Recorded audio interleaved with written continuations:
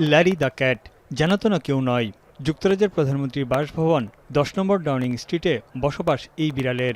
2007 সালে রাস্তায় জন্ম নেওয়া ল্যারির ঠাঁই মেলে একটি আশ্রয়কেন্দ্রে। সেখান থেকে 2011 সালে তাকে ডাউনিং স্ট্রিটে নিয়ে আসেন তৎকালীন ব্রিটিশ প্রধানমন্ত্রী ডেভিড ক্যামেরন।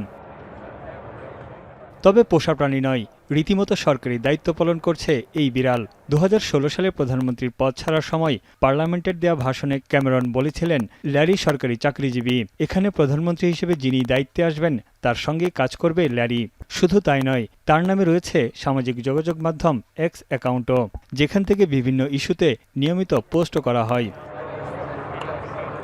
ল্যারি ব্রিটিশ প্রধানমন্ত্রীর কার্যালয়ের chief mouser to the cabinet office পদে কর্মরত রয়েছে।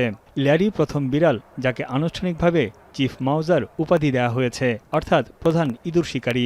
তার মূল কাজ প্রধানমন্ত্রীর কার্যালয় ও বাসভবনকে ইঁদুর মুক্ত রাখা। পুরনো ভবনে ইঁদুরের আনাগোনা কমানোর জন্যই ঐতিহ্যগতভাবে ল্যারিকে এই পদে নিয়োগ দেওয়া হয়।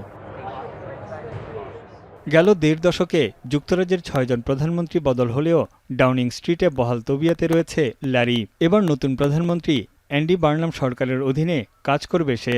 তবে কিয়ার স্টারমার ও বার্নাম ছাড়া তার আগের সব বসই ছিলেন কনজারভেটিভ পার্টির। এরই মধ্যে নজর কেড়েছে বিশ্বের বিভিন্ন দেশের শীর্ষস্থানীয় নেতাদের। সাবেক প্রেসিডেন্ট বারাক ওবামার প্রতি সদয় থাকলেও ডোনাল্ড ট্রাম্পের সঙ্গে ছিল দ্বন্দ্ব।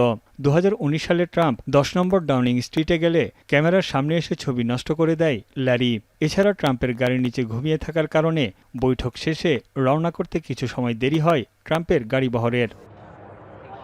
সাদা ধূসর রঙের ল্যারির রাজত্ব পুরো বাসভবনে। বিড়ালের এই উপস্থিতি ইঙ্গিত দেয়, নির্বাচনের ফলাফল যাই হোক, কিছু প্রতিষ্ঠান অবিচল থাকে। তানভীর চনি, এখন বিশ্ব।